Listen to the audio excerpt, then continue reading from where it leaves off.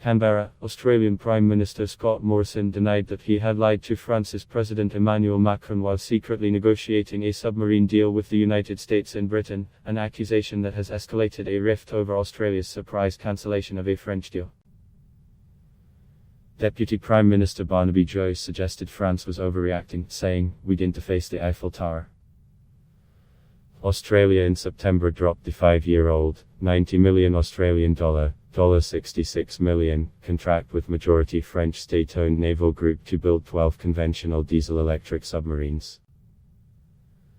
Instead, Australia made an alliance with Britain and the US to acquire a fleet of 8 nuclear-powered submarines built with US technology.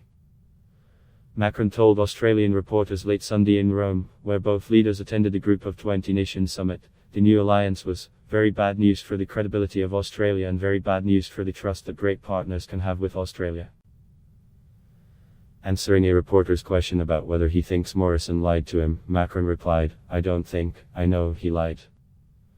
Morrison, who was also in Rome, said he did not lie to Macron, while senior Australian government ministers criticised the French leader for escalating the dispute through the personal slight.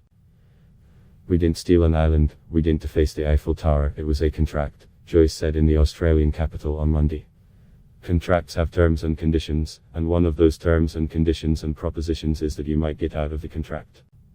"We got out of the contract," Joyce added.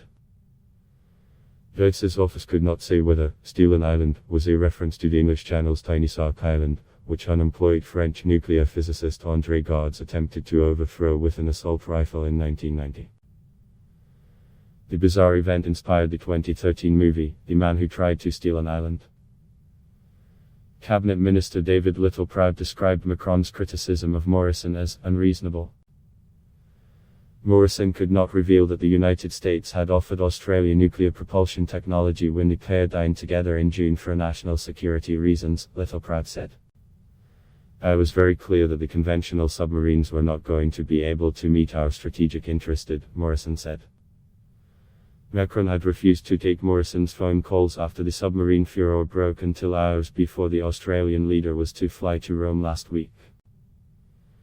The pair did not hold a bilateral meeting in Rome, but Morrison said they had spoken several times, and would likely do so more in the coming days.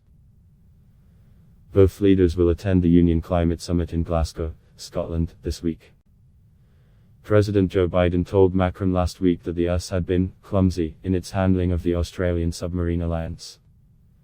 Biden said he thought Macron had been informed long before the deal was announced. Asked by a reporter if Australia could have handled it better, Joyce replied, "With hindsight."